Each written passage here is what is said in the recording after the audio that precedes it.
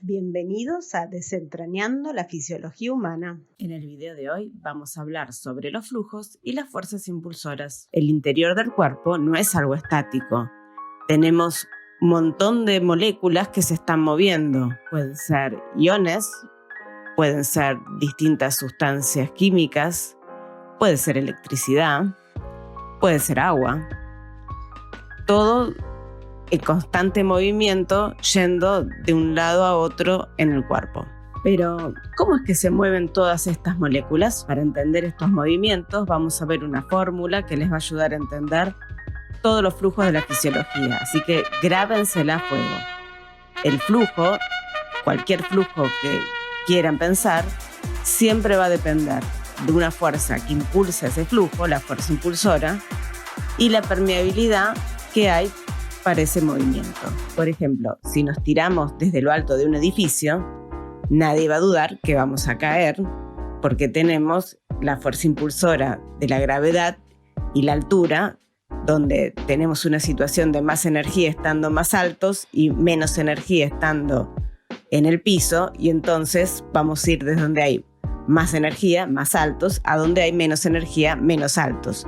O sea que nuestro flujo de alguna manera sería la caída. Yendo más hacia un ejemplo más cercano a la fisiología, si tenemos un agujero donde de una parte tenemos agua a presión, vamos a tener un flujo de agua hacia afuera, hacia un lugar que tiene menos presión. Entonces el flujo va a ser el agua y el gradiente va a ser el gradiente de presión, desde donde hay mucha presión a donde hay poca presión.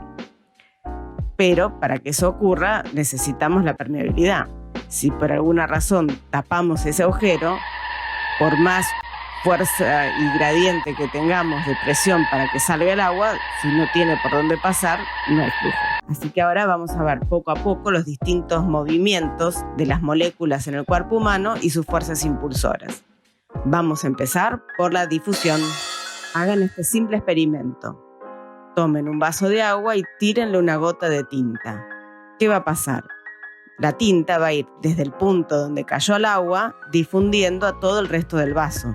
Pero, ¿qué es la difusión? Justamente es el movimiento de una sustancia, sea líquido o gaseosa, en este caso la tinta, desde un área donde hay alta concentración de la sustancia, en este caso donde la tinta cayó al vaso, a una zona donde hay baja concentración de la sustancia, en este caso el agua que no tenía nada de la tinta.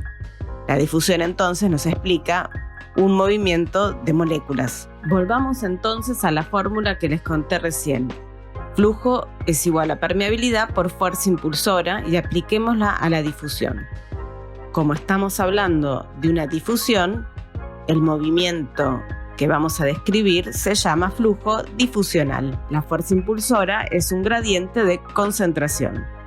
En este caso, para el ejemplo de la gota de tinta en agua, vamos a tener un gradiente que va desde tener mucha tinta, o sea que vamos a tener una alta concentración de las moléculas que forman la tinta, hasta una zona que tiene poca tinta. En un principio nada de tinta. Cuando tenemos solo agua pura es nada de tinta. Entonces, eso sería una baja concentración de las moléculas de tinta. ¿Y cuál es el factor de permeabilidad en la difusión? Acá en el ejemplo de la tinta en el agua no tiene mucho sentido porque no hay ninguna barrera para que difunda la tinta. Está suelta la tinta en el agua. Estamos dentro de un mismo compartimiento. Pero si recuerdan mis videos anteriores, el cuerpo está dividido en distintos compartimientos que tienen barreras entre un lado y el otro. Y la sustancia a difundir puede ser permeable o no a esa barrera, y de eso va a depender de que pueda difundir o no. Entonces, para que lo entienda, vamos a plantear un sistema con dos compartimientos. En uno tenemos mucha tinta y en el otro tenemos poca tinta. Entonces, nuestro gradiente de concentración es favorable para que pase y haya un flujo difusional de tinta desde donde hay mucha tinta hasta donde hay poca tinta. Pero, ¿es permeable la barrera entre los dos compartimientos? Eso es lo que hay que ver. Para saber si una molécula es capaz de difundir entre dos compartimientos a través de una barrera, hay que fijarse la molécula y hay que fijarse la barrera. Por ejemplo, la barrera es la membrana de la célula, no es lo mismo el sodio, que tiene pocos canales por donde puede pasar de un lado a otro de la célula, que el potasio, que tiene muchos canales por donde puede pasar de un lado a otro de la membrana. Y para una misma molécula, por ejemplo el sodio, no es lo mismo el sodio intentando pasar a través del endotelio del capilar que a través de la membrana plasmática.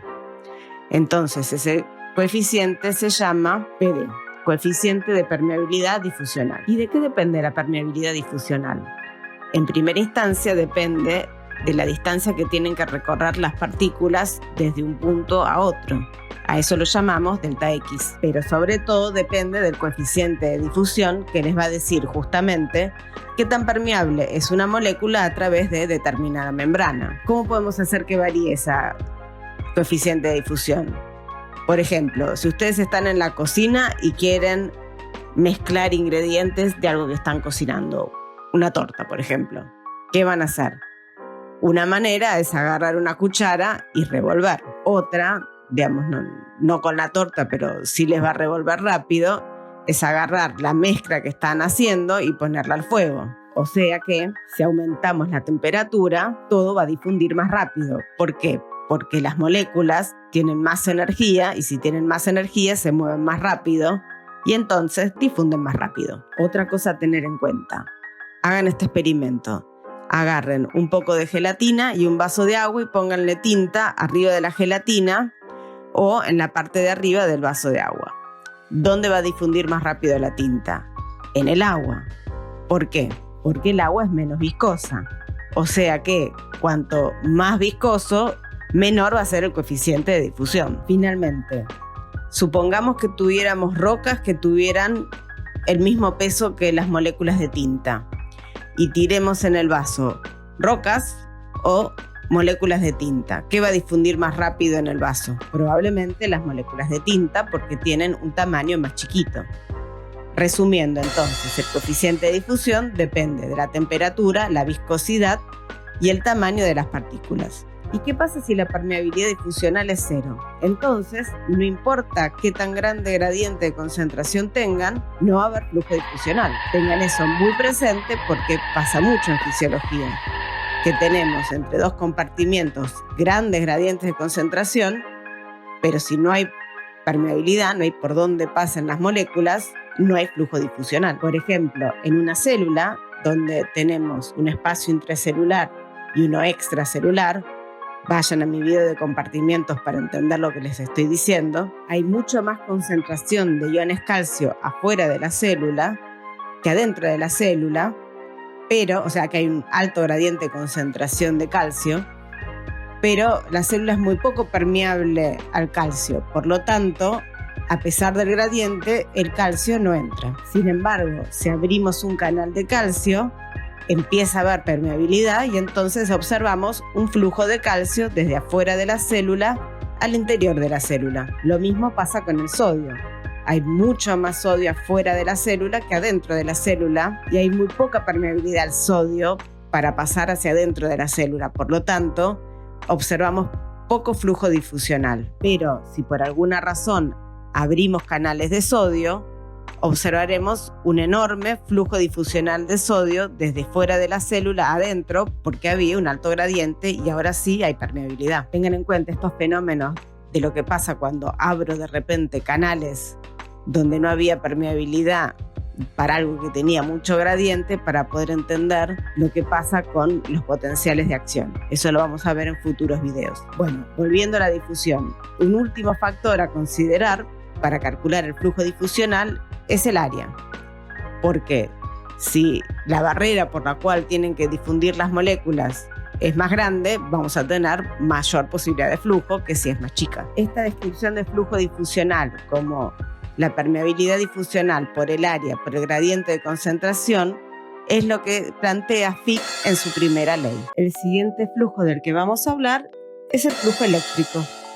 Ya definimos esto en un video pasado, pero les recuerdo.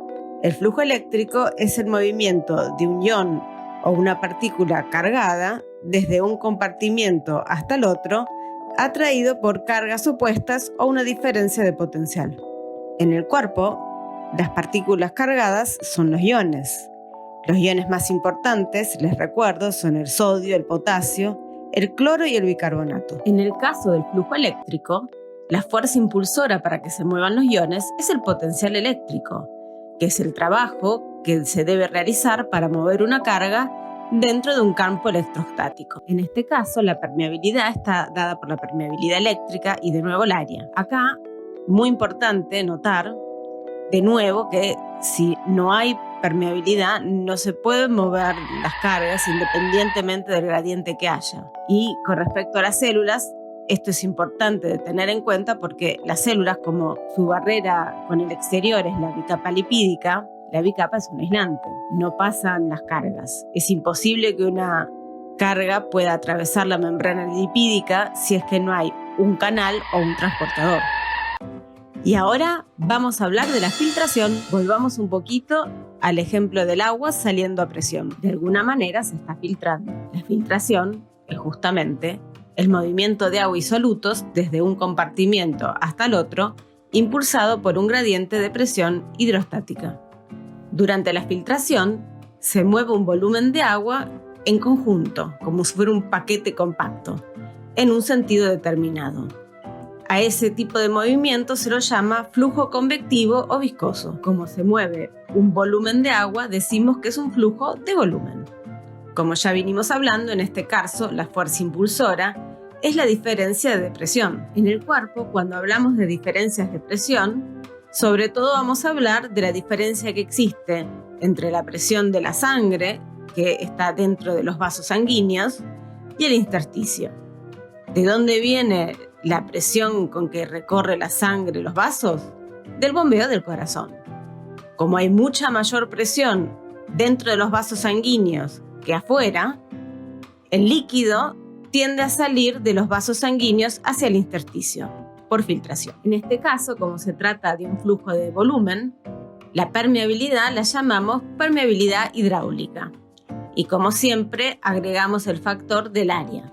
No es lo mismo tener un área chiquita que un área grande por donde se puede producir la filtración. Ahora, de lo último que vamos a hablar es de la osmolaridad. Seguro que alguna vez agarraste fruta, le pusiste azúcar y al cabo de un tiempo observaste que había salido agua desde la fruta hacia el azúcar. Y te preguntaste, ¿qué está pasando? Lo que ocurre es un flujo osmótico. ¿Qué es un flujo osmótico? Es el movimiento de agua desde un compartimiento hasta el otro, impulsado por un gradiente de concentración de agua. ¿Y cómo sé dónde hay más agua y dónde hay menos agua? Volvamos a nuestro ejemplo de dos compartimientos. Tenemos el compartimiento A y el compartimiento B.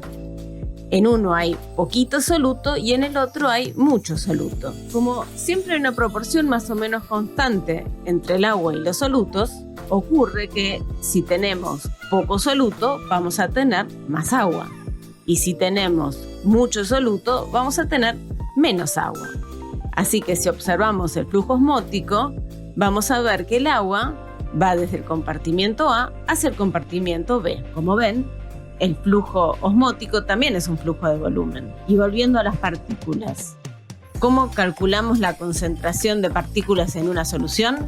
Medimos la osmolaridad, que es la concentración de partículas por litro de solución. Cuando calculamos osmolaridad, lo que nos interesa es saber cuánto número de partículas tenemos, independientemente del tipo de partícula. Para la osmolaridad es lo mismo que sea sodio, que sea glucosa o sea una roca. Lo que hacemos es tomar la molaridad de cada uno de los componentes. Acuérdense que molaridad era el número de moles que había en un litro de solución y lo multiplicamos por I, que es la cantidad de partículas en que se divide ese componente cuando está en agua. Por ejemplo, la glucosa, cuando se disuelve en agua, sigue siendo glucosa y no se divide. Entonces, la molaridad de la glucosa es igual que la osmolaridad de la glucosa. En cambio, el cloruro de sodio es una sal que cuando se disuelve en agua, deja de ser cloruro de sodio y pasa a ser iones sodio y iones cloro. Por lo tanto, el I del cloruro de sodio es 2. Y entonces, si tenemos 1 mol de cloruro de sodio, vamos a tener 2 osmolar en solución. Volviendo a nuestros compartimientos, había más agua en A que en B. ¿Por qué? Porque la osmolaridad de A era menor que la osmolaridad de B. Por lo tanto, el flujo de volumen por osmolaridad va a ir desde donde hay menor osmolaridad a donde hay mayor osmolaridad. Volviendo a nuestra ecuación, la fuerza impulsora de un flujo osmótico es la diferencia de osmolaridad que hay entre los 2 compartimientos que estamos comparando. Finalmente, nos queda, como siempre, tener en cuenta la permeabilidad, que en este caso será la permeabilidad osmótica. Y siempre agreguemos el factor del área de la membrana que estamos considerando. Bueno, ahora vayan a mi próximo video donde van a ver la diferencia que hay entre lo que es osmolaridad y presión osmótica. Si te gustó este video, por favor, dame un like, suscríbete a mi canal y activa tus notificaciones para saber cuando publico nuevos videos. Y en los comentarios contame qué temas te gustaría que te explique. Gracias.